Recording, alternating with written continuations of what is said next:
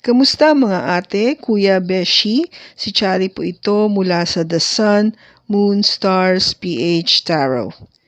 Ipapaalam ko lang po na ito po ay isang general read o pangkahalatang pagbabasa at maaring hindi lahat ay magtugma sa inyong sitwasyon. I-check din nyo ang inyong Moon, Rising at Venus sign. Baka doon mas tumugma ang read para sa inyo. At kung ang mensahe ay tama sa inyo, paki-like lang po at mag-subscribe kung hindi pa ninyo ito ginagawa. Okay, mag-umpisa na po tayo. Hello po mga ate, kuya, beshis. Kamusta na po kayo? Andito ulit ako si Chari para gumawa ng another reading. And this is for the sign of Leo, Sun, Moon, Rising, and Venus. And of course, welcome po yung mga cross-watchers ni Leo at yung mga bago po nating mga viewers. Tingnan po natin ngayon kung ano yung mensahe na gustong sabihin ng person mo sa'yo, Leo.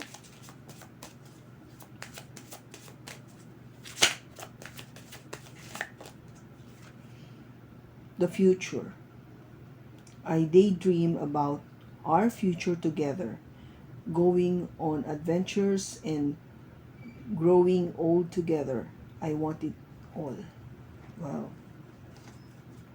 Ang bottom niya is, you're so special. Sabi dito is, you are truly divine. I've never felt energy like yours before, and I can't get enough. Wow. Yan yung gusto sabihin sa'yo ng person mo, sa'yo, Leo. Naisip niya talaga yung kayo, no? Na kayo na sa pangmatagalan. Talagang pinapangarap niya na magkasama na kayo, no? Together. And doing a lot of beautiful things, no? Maybe traveling, and sabihin natin, eating together, shopping, or whatever, kung ano yung gusto nyong adventure ba na gusto nyong gawin pareho. That would be nice and fun, di ba? And you're growing old together. Wow, ang ganda naman ito. It's just a beautiful word for me. Kasi growing old together, alam mo yung talagang sure na sure ka na panghabang buhay na talaga siya. For the long haul, pangmatagalan. Kasi hindi mo napipicture agad-agad yan eh. Na itong taong itong makakasama mo habang sa iyong pagtanda. No? Not unless talagang I think you really get into that parang zone that you would say to yourself na, yes, this is the person that I will be marrying and I will be spending my whole life with this person. Yun lang eh. Kasi kung kayo yung ano pa lang, mag-on pa lang kayo o yung tipong boyfriend-girlfriend ganon, hindi minsan nakikita mo yun eh. No? Not everybody or not all relationships nakikita mo to o nararamdaman mo to. It is truly isa lang yung tao na masasama eh, siya talaga yung panghabang buhay ko, na siya yung gusto kong makasama sa pagtanda ko. And I want it all. Wow. Tingnan natin, Leo, sa cards kung anong gusto niya sabihin. Alam mo, kasi isa pa, you're very special daw, no? Sabi ng person mo sa'yo, Leo. You're truly special. The Five of Wands, the World, the King of Wands, the King of Pentacles, and the Six of Wands. Bottom niya is the Ace of Swords. Okay, Leo? Yung Ace of Swords natin dito, you wanted to tell the truth, no? Gusto mong sabihin yung katotohanan, pawang katotohanan lamang. And what is that? That you enjoy being with this person. You find this person to be fun. Ano ka eh? Leo ka eh. You want that energy, that fun side sa'yo, no? Gusto mo nang enjoy. Enjoy ka lang. You know, to be adventurous, to go places, to really see life in general, na maging masaya. No, hindi yung nakakaiyak-iyak ba, hindi yun. Now with the Two of Wands, you see the whole world in front of you na parang, okay, I have this. Ito na yung decision ko. This is what I'm deciding on. Okay? I'm deciding on this. I want to be happy. And that's the truth. I want to be happy with this person. Alam ko mag-i-enjoy ako pagkasama ko siya.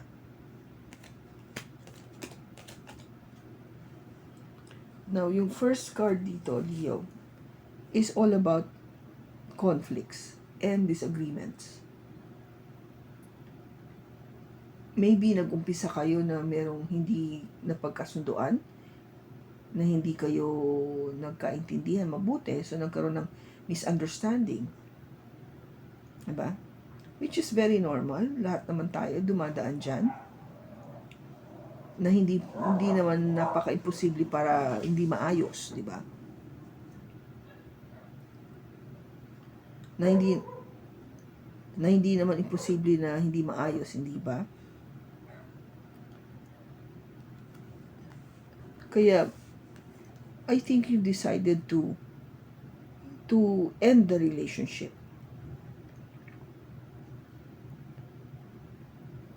I think yung conflict na to resulted to an ending, which is asking for a new cycle in life, no? Panibagong pag-uumpisa muli. A new cycle. It could be with the same person or it could be not, no? Titignan natin. Kasi with the King of Wands, I think this is what you ended. Leo, you ended relationship with the King of Wands. You ended a relationship with another fire sign. Aries, another Leo maybe, or a Sagittarius, okay? So, yun yung tingin ko nangyari. Kasi may conflict, so nagkaroon ng ending with a fire sign. Now, what you wanted kasi, Leo, is of course stability. Gusto mo ng stability, no? Yung sigurado ka, yung feeling secure ka talaga sa relationship, no? Siyempre lahat tayo, di ba? Ayaw natin ng alanganin. Gusto natin sure ball to pagdating sa relationship. And hindi lang sure, kundi maging successful pa yung relationship. Matagumpay. Kung walang conflict, wala nito. Maayos, smooth, happy, growing, abundant. Ganun yung gusto mo. Okay? So, tignan natin. Bakit andito yung Five of Wands? May nag-flip. We have the Page of Swords.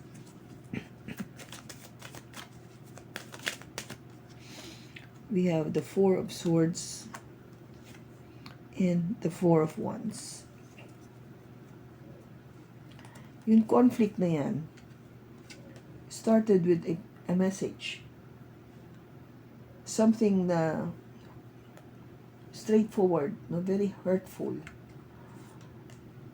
That would lead to for you to take a moment, no, take a rest, to hold back. Parang tulugan ko muna to sleep on it, kung ba. Anong hinold back mo? Yung possibility na maging kayo with the Four of Wands. Kasi this is the start of building that solid foundation, that solid relationship. Kung ba tinulugan mo muna yung possibility na maging kayo. Because you receive a very blunt, straightforward message from this person that brought conflict at siguro misunderstanding. Okay? Now, bakit andito yung the world? Bakit andito yung the world? We have the Knight of Swords, the Four of Cups, and the Two of Swords. Leo, yung natapos, you wanted to happen fast. Kung matatapos, sabi mo, tapusin na natin to, bilisan na natin. Huwag na magpatumpik-tumpik, no? Sabi ko mag-ending din man tayo, gawin na natin ngayon. Bakit? Kasi there was a offer that came to you, Leo. May offer of love. But somehow, tinitignan mo eh. You're looking at it. Kung ba ini-examine mo, tinitignan mo pa, tinitimpla-timpla mo pa, kung tatanggapin mo. Kasi, iniisip mo pa rin yung dati nangyari. Yung dating nangyari. Kaya, pagdating sa pagdedesisyon, hindi mo magawa. You cannot decide if you're going to take this cup. Are you going to take this love? Sasagutin ko na ba siya? Yun yung tanong eh. Magiging kami na ba? King of Wands.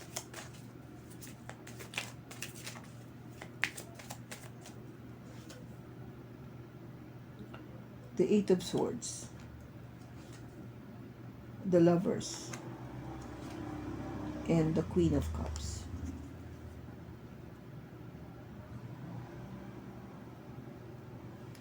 Now, let me just have another thoughts about this. Bigla lang pumasok sa isip ko ngayon eh. I just felt it. Kung may natapos man dito and you want it to happen fast, maybe your person is also offering another love. Sabihin natin, mag-reconcile tayo. Ayusin natin to. Kaya tinitignan mo eh. You're examining. You're trying to figure out kung tatanggapin ko ba to. Kasi nga tinitignan mo pa yung dati. Yung hurtful things na nangyari. That is why, hindi ka pa ma-decide kung tutuloy mo with this person or hindi na. Okay? That you're trying to make that decision. Hindi na. Kung oo o hindi. Okay? Now, with the King of Wands, ang pakiwari mo kasi, naka-tie up ka dito sa King of Wands na to eh. Parang committed ka ba dito sa person na to? But you have a lover. No? Parang kita mo tatlo agad. You feel committed, pero there is another one getting into the picture, Leo. Tatlo kasi yung kamay, di ba? And you might be dealing with a water sign, Leo. No, may water sign siya sa kanyang chart. It could be Cancer, Scorpio, or Pisces. And you're thinking about this love. Yung water sign na to, yung ino-offer niyang love sa'yo, o yung nararamdaman mong love sa kanya. But somehow, naka-tie up ka dito eh. King of Wands. Gusto mong makawala, pero pakiramdam mo hindi ka makawala. But you wanted so much yung person. No? Kung ba nahahati ka eh. Nahahati ka dito sa water sign. King of Pentacles. Bakit ano yung King of Pentacles? We have the Ace of Wands, the Wheel of Fortune, and the Queen of Pentacles. Wow. Kita nyo ba yun? Leo. Here's the King. Here's the Queen. King and Queen. So match kayo, di ba? Talagang alam mo with this person, Leo, if you're dealing with an earth sign, Taurus, Virgo, or Capricorn, alam mo may bagong beginning. Very passionate. Talagang very passionate. And yun yung, kung ba, mababago nga eh. This is the Wheel of Fortune. Things will change. Yung takbo ng ng destiny will change. Why? Because makikita mo nga na yung stability na hinahanap mo is with this person. Kasi nga, match kayo pareho kayo. Kung ba parang nakita mo na yung the one, nakita mo na yung ka-soulmate mo, yung partner mo for life, yung other half, kung ba. Or saying, ito na, no? Future. Nakita mo yun. Dahil yung Wheel of Fortune, binago niya yung ikot ng destiny. Now, Six of Wands. Bakit andito yung Six of Wands? We have the High Priestess, the Fool, and the Two of Cups. Oh my gulay. Leo, magiging successful itong relationship. Diba sabi ko sa inyo, wagi, jackpot, panalo. Why? Because you're using your intuition. You feel exactly, diba, na itong person is the one. And you will take that leap of faith with the Fool card. This is an energy coming from a Pisces. This is an energy coming from an Aries. Pwede silang meron ito sa kanilang chart. Okay? Why? You will take that leap of faith because you know this person is the one. With the Two of Cups. Alam mo siya na Siya na ito. I daydream about our future together, going on an adventure, and growing old together. I want it all. Ito na yun, di ba? Sinasabi na nga niya na you're going old together. You will take that leap of faith. Alam mo, this person is the one for you.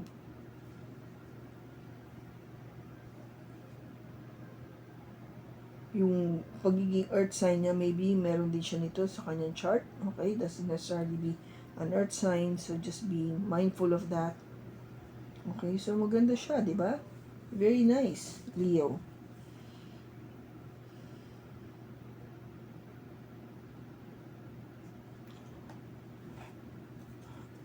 Anong mangyayari sa kanila? Anong mangyayari sa dalawang?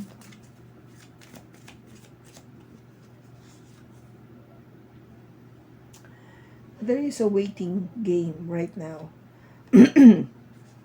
It seems that you, Leo, and your person, ito, yung parating hindi na yung dati.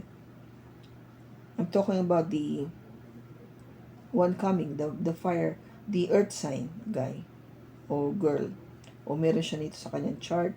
Or it could be somebody na may Pisces or Aries, okay? Now, naghihintay kayo. You're both waiting for this to happen. Iniintay nyo yung happiness nyo. Okay?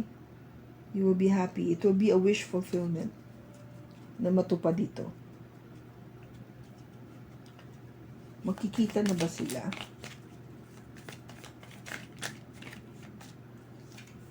Oh, yes. The sun. Oo, magkikita kayo and you will feel so happy, Leo. This is you. Your card. Magiging masaya kayo pag nagkita kayong dalawa. Tanong natin, kailan mangyayari itong pagkikita ni Leo at yung person niya? Things happen sooner when you focus your energy on you. Okay, so sinasabi na pag nag-focus ka sa sarili mo, no? Huwag mo munang isipin to lahat. Focus ka lang sa sarili mo and you just keep on doing what you're doing, working, no? Things will happen sooner, mas mabilis o agad-agad mangyayari to kapag nag-focus ka sa energy sa sarili mo. Okay? Kung ba parang na-manifest mo na to you already have dreamt about it o napangarap mo na to, manifest mo na. So, you just wait, no? Wait for, kaya nga dito yung waiting no? Dito yung waiting. You wait for it to happen. God is saying na I already heard that. I know it already. Just let me do my thing. Wait for it, okay? Andyan siya, dadating siya. Huwag ka magmadali. Okay? Ngayon, tignan natin kung ano yung gusto sabihin ng dati mong person. Sa'yo, Leo. Yung dati, yung dating person ni Leo.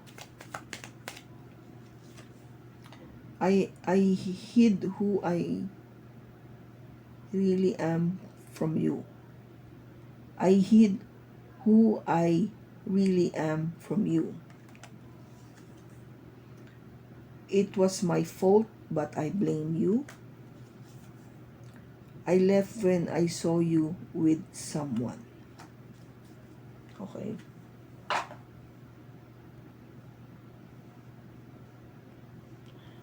And then, ano pa? Yung message pa for Leo.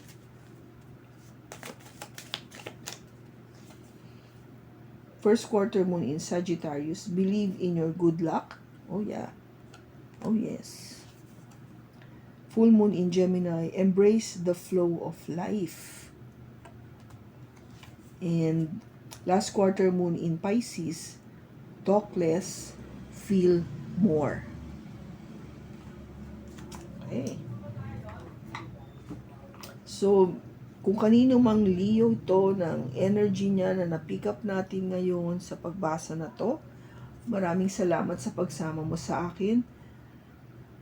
Sana nakatulong ito sa inang malaki. Sa susunod po muli, ingat ka and God bless.